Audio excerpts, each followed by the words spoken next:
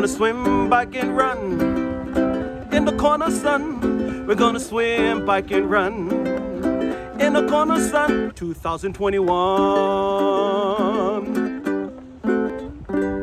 Thank you, Poncho Man. Welcome, everybody. Breakfast with Bob, not quite Kona edition. My name is Bob Babbitt. We're brought to you by Challenge North America, Credo Tri, You Can, Hoka One One, VeloFix, Normatec Canyon Bikes, and of course, our Challenged Athletes Foundation. Our next guest, Mr. Chris Leiferman, just coming off of a fourth place at Challenge Miami, and before COVID hit, 2019 10th place in his first attempt at Kona at the World Championship. Chris, how are you? Yeah, I'm doing well. Thanks for having me on, Bob. Hey, well, Chris, it's funny. I'm like, God, I think you were the only guy in the top 10 in 2019 that we didn't chat with before the race. And that's been bothering me ever since. So give me a little background. You're from Minnesota. How'd you get into triathlon? Yeah, just I was running for fitness. Moved down to Colorado for the summer. I was building a house. Me and one other guy building a house in Pagosa Springs, Colorado, and I guess I just got swooped up by the mountain air and started running 3 days a week with my black lab and my older brother. He was into cycling and he was working at a bike shop, and he ended up pulling an old Trek down tube shifter frame out of the dumpster behind the shop. He built it up himself. He gave it to me and told me to start riding because he signed me up for a triathlon. And he signed you up for a race. Signed me up for a race. Yeah, it was an indoor race in Mankato, Minnesota, and it was an indoor swim in Mankato, Minnesota, and then an outdoor bike run. And it was just had this awful weather that day, so they did everything indoors, which for my first triathlon, I was like, yeah, whatever. Okay, I have nothing else to compare this to. So just went with the flow, won my first triathlon, and then it just took off from there. So it's one thing to do an indoor triathlon in Minnesota. It's another thing to be, top 10 at the World Championship and go to Hawaii. Yeah. Just like, I did an indoor race. I'm good. I think I'll go to Kona and do the World Championship. Talk a little bit about that, making that journey from doing your first triathlon to realizing this is something I'm pretty good at to, okay, I'm going to commit and go all in on this thing. Well, that's just it. Like, it was finding out that, hey, I have a knack for this, and because it didn't really seem like this was something that I'd pursue. Everyone in my family did labor work. My dad was an electrician his entire life, and my brothers, they all are in construction. I was in construction. I worked for my dad prior to that, and I was just kind of doing this during the summer and just kind of found success. And then it wasn't really until I transferred schools to Fort Collins at CSU and joined the triathlon team there. And there was like 50 people on the team. And I'm like, holy crap, other people do this too? Like, I couldn't believe it.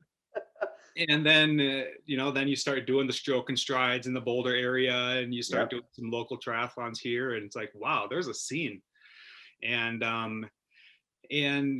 then it just kind of started snowballing, and just started doing more races as an age grouper. Like, I'm competing and I'm in the mix with all these pros as an age grouper, and I'm like, wow, this is, I must have a knack for it. So there's a point where you realize, wait a second, people do this for a living? This is something you can actually do for a living? When did that hit you that, wait, people do this for a living and maybe I can do this for a living? Yeah, it was, Lifetime Fitness. So I was doing the Lifetime Fitness series. Yep. And I did the Minneapolis one.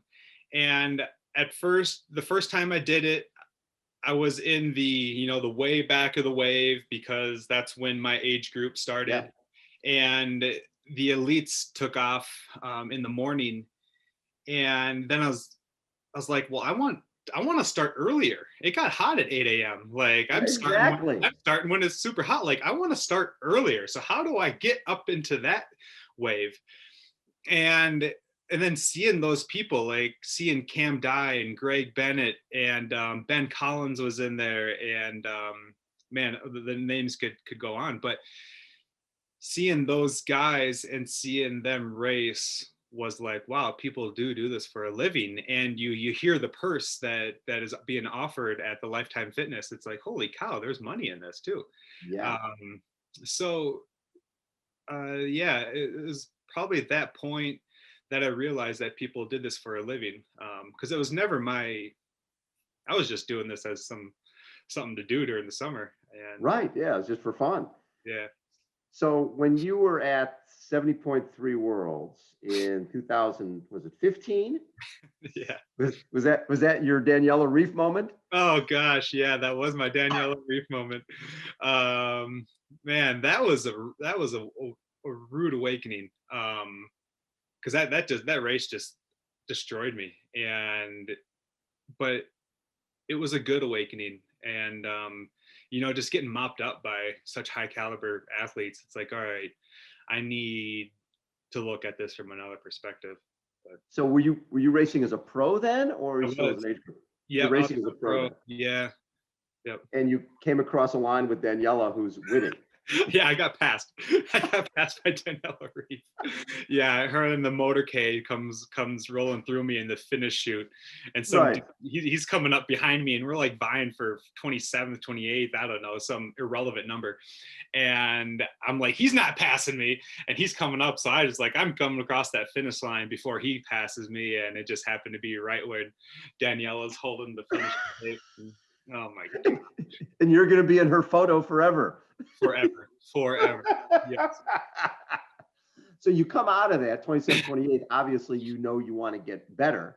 Yeah. Did you go to a coach? What did you do? Because you've had your growth since then has been pretty amazing. I think it was just more of a mindset. I remember when my brother, he was a mountain biker, and you start out in the first, let's just say Cat 4, okay, and then Right. you're winning in Cat 4, but then you can't get content because you're not beating Cat 3. You have to kind of take up that next level.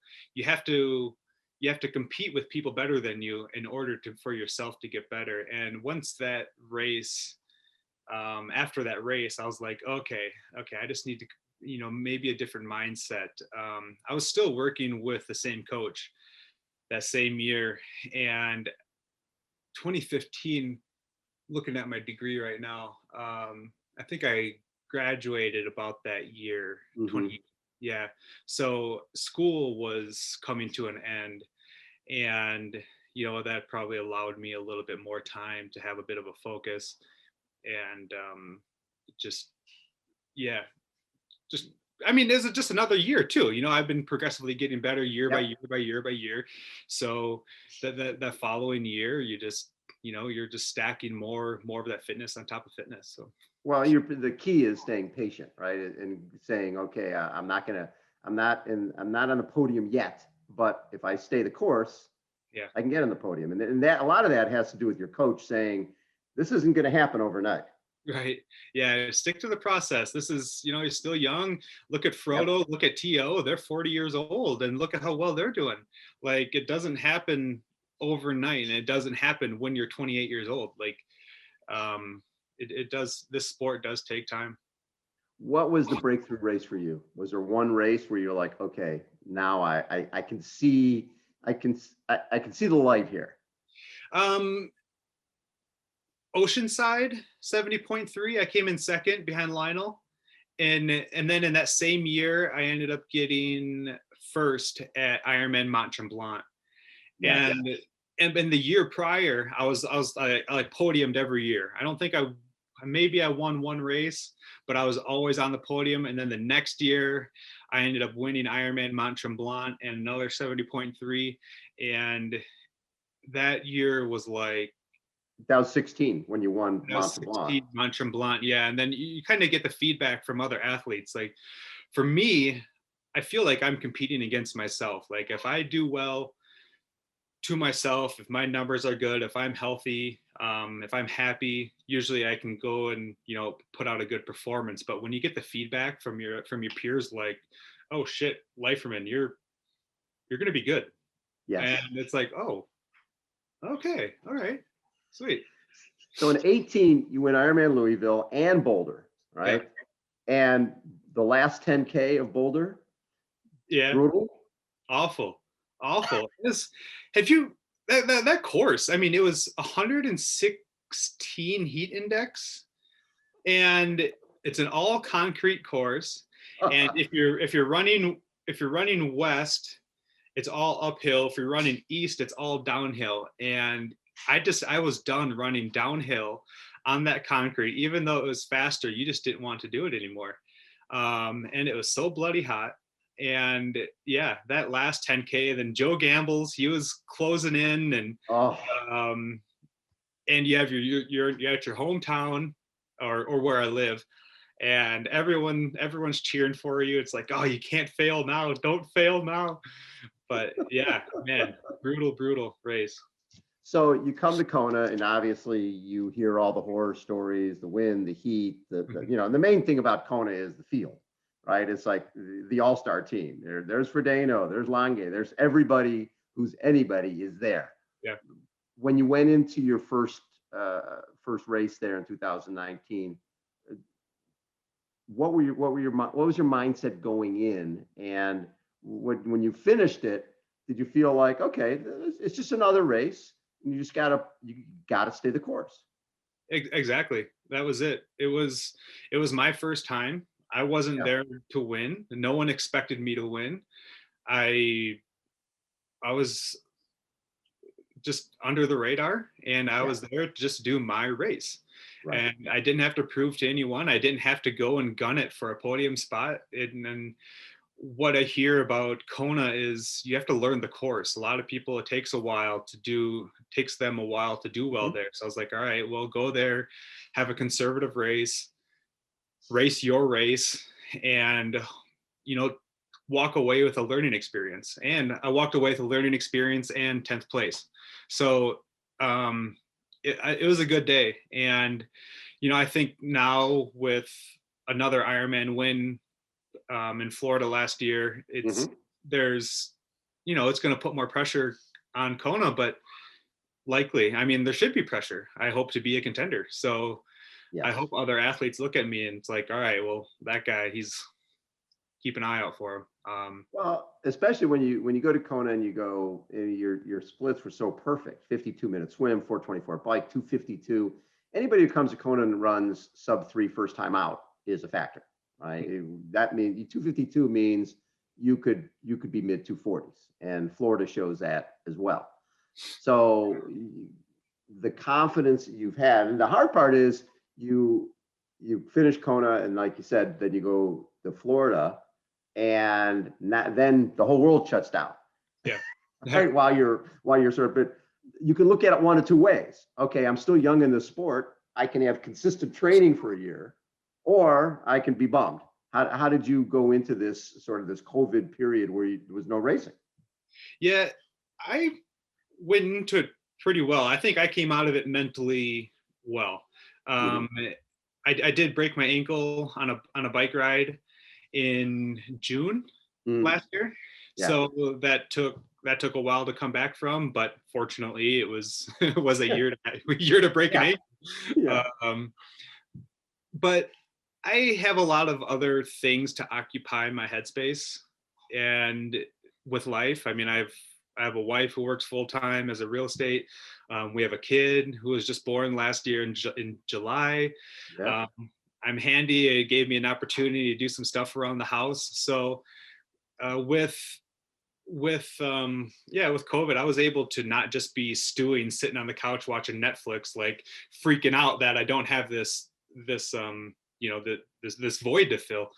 Right. But it was nice to be able to pick up with some racing. The PTO did an awesome job being able to collab with local races in the US to give us an opportunity to race before Florida was able to kick off with Ironman. So yeah, no, I feel I came out of this a lot better than people in other situations.